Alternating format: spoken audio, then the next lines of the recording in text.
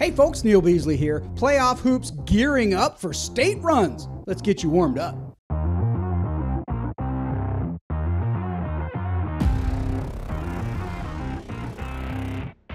The girls are getting ready for state title games. The boys are in the regional finals. Let's take a look at some Houston games to watch in the lineup. The greater Houston area is sending two teams down to state for championship opportunities, and they are both in 6A. Summer Creek is taking on Cedar Hill in 6A Division I. That'll be Saturday night, 7 p.m. The Lady Bulldogs were in the state semifinal for the fourth time with their third different coach. They're in the state final, however, for the first time in school history. Kiara Marshall, in year number 1 on the bench for the Lady Bulldogs, has led them to what should be quite the battle against well-tested Cedar Hill. In 6A Division II, Fort Bend Hightower will be facing Boswell out of Fort Worth. That'll be 5 p.m. Saturday night. Hightower has been a runaway train during the postseason as they've shut down each and every opponent thus far. Okechio-Kiki and Chandler Preston Caver have really taken the lead for the Lady Hurricanes as they look to size their fingers up for state rings. In boys action, nice game in 6A Division II. It's the regional final between Shadow Creek and Katy Jordan. Both teams are top 10 in the state. With 6A Division II wide open this year, the winner of this game could be the favorite to take state. The Sharks have the coveted Big Three: Bryce Jackson, Aiden Law, and Michael Collins. Any one of the three could go off at any given time, and if all three do, you better watch out. Law and Collins can heat up behind the arc while Bryce Jackson handles his business in the paint. Shadow Creek has coasted to wins over Clements, Kingwood, and George Ranch in the postseason, but Jordan brings a defensive pressure the Sharks will not have seen in the first 3 games. Elijah Black and Jaden Holt are the scorers for the Warriors, who have beaten Foster, Cy Falls, and C.E. King in their previous 3 games. If Jordan can keep the score low, they'll have a chance in this one. In 6A Division I, it will be Katy Seven Lakes against Bel Air in a regional final. Seven Lakes pulled off a solid upset by taking down Atascocita 53-46 in the 3rd round. They are entering the regional final with tons of confidence behind the play of Isaiah Santos. The Spartans are desperate for a trip to the state semifinals that eluded them a year ago. Meanwhile, Bel Air is carrying the flag for HISD, looking to send a 6A team to state for the first time in a while.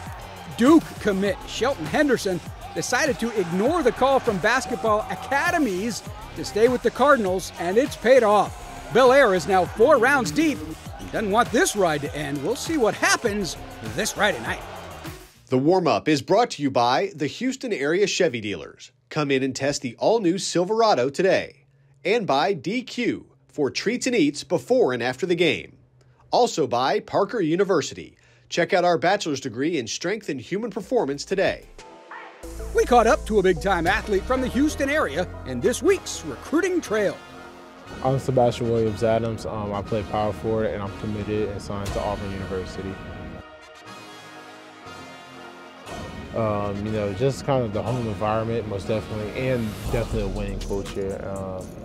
I'm one of those players, I love winning. I can't, so just being a part of something that can go out and win championships and has the potential to win championships means a ton to me. Definitely, I want to be a contributor day one. I understand, you got some older, we have some guys that may be able to come back with the new, kind of JUCO ruling, but definitely Tahad and Jakad. And I know, they obviously have the seniority, but I also want to be, kind of one of those main factors, one of those big pieces, where we kind of all play off each other. And on the court, you're definitely going to get a competitor. John Luke's has instilled to me always compete, always to aim for the win. I've been in this gym since I was young, and even as an 8th grader, I'm going against grown men, 20, 24, 26. One time a guy who had kids, and I was always told, you're expected to win. It doesn't matter if they're older or stronger. You find a way to win. And off the court, I would say you definitely get, I would say a goofy guy. Goofy kind of nailed me, but definitely a guy who's about the school and about the community. Get I would say a goofy guy. Goofy kind of know me, but definitely a guy who's like about the school and about the community.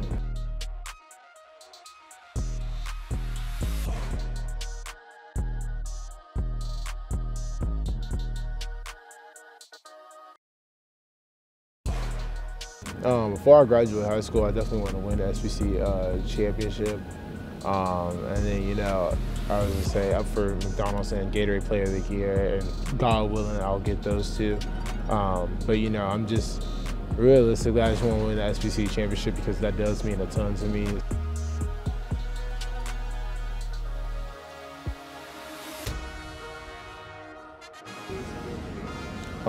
I would say after school, I want to leave a legacy of, you know, Sebastian. You know, I was a really good basketball player, obviously, but you know, I was an even better person, even better, just, you know, friend to people. The warm-up is brought to you by the Houston area Chevy dealers. Come in and test drive the all-new Silverado today. And by Randall's, fresh foods, local flavors. Also by the UPS store, be unstoppable. Our Ward for Sold caught up with Willis head coach Wayne Ware to talk about his surprising Wildcats in the Hype. All right, welcome to the Hype, and we are joined with Willis head coach Wayne Ware. Sorry about that. Yes, talk to me about. We have reached the stage in the playoffs. I call it the why not us stage. You're taking out half the field. There's 2 weeks to go, and who knows what kind of confidence you had going in, but now you've got to have built some confidence in your squad. And why not us? Why not Willis? Talk to me about your team and the way they're playing right now. Yes, you know, honestly, back when we started this, our motto was our moment, because we felt the team that we brought back was going to be special. Now, early on, we had some hiccups along the road, but the game back on December 20th at Conroe, Conroe got us on that night, and we had Christmas break, and all the kids text me about we need to do this, do that, do this. And so when we got back to practicing after the break, is we went back to basics and said, look, guys, we all got to buy in, we all got to understand our role. And I really think that game against Conroe really set the tone for us. And then after that, I really thought we started playing at a different, more focused level. And you guys have some solid players here that people aren't really, you know, when people talk about Willis, they talk about DJ Lagway, they talk about Jermaine Bishop. They haven't talked about one thing about the basketball squad, but you have some. First of all, we saw in last Friday's game where Chandrick just devastated the rims at the Barry Center. I don't know if those rims are going to be the same after he got through it. You got Melvin, you got Be Easy out there shooting threes. Talk to me about some of the players on this team that maybe people don't know about. Well, you know, first of all, I would like to say our point guard, which is Tyshawn Nixon. I bring him up first because that's the position that I played. And in order to make deep runs in the playoffs, you have to have strong guard play.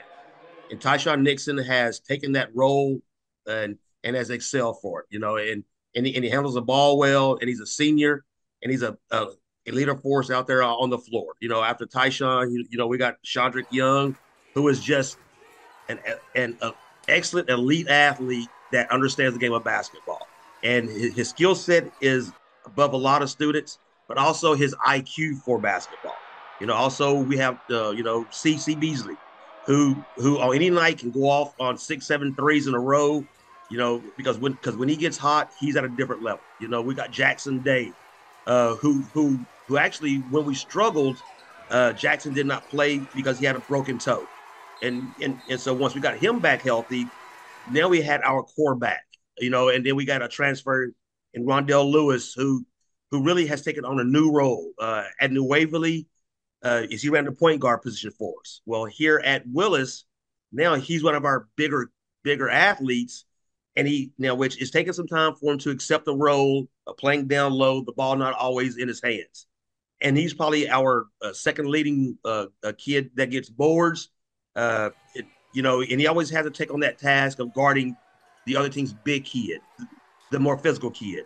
And all 5 of those kids have really bought in to their role. We talk about, and go back to what we talked about at the beginning, why not us scenario. You have different goals throughout the season, get through non-district, place well in district, if not win the district crown, and then get through that first weekend. Do you readjust things after getting through that first week of the playoffs, knowing that now you don't have to win 7, you have to win 6, and you've already gotten through a third of that? Do you talk more in practice about if you haven't focused in now, you definitely got to focus in now because we got only the 4 left. Let's go out there and do things one game at a time. No, sir, not really. With us, every day at practice here is that we talk about the things that we have to do one day at a time, and that starts with doing what you're supposed to do in class.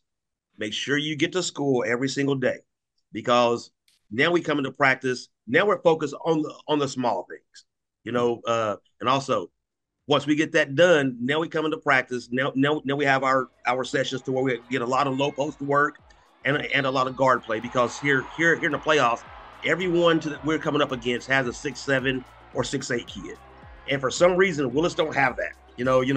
With us is we're 6'5", 6'4", and shorter, but now we're long and we're athletic, and that's what really helps us. Is we put 5 kids out there that can handle the basketball, to where everyone we play has a 6'8", 6'9", or 6'7", who really can't, and it really puts us at a big advantage so far. And this is going to be a fun next 2 weeks. So I appreciate you joining me, Coach. At 6A Division II, especially your side of the bracket has really opened up here. It's going to be fun to see what happens next 2 weeks. I appreciate you joining me, Coach Ware, and good luck the rest of the way. Yes, sir. Thank you very much for having me. I sure appreciate it. Thank you. Hey, that'll do it for today's show. Thanks for joining us. Man, we got TAP state titles, girls state titles, boys regionals. Go enjoy some excellent high school hoops this weekend.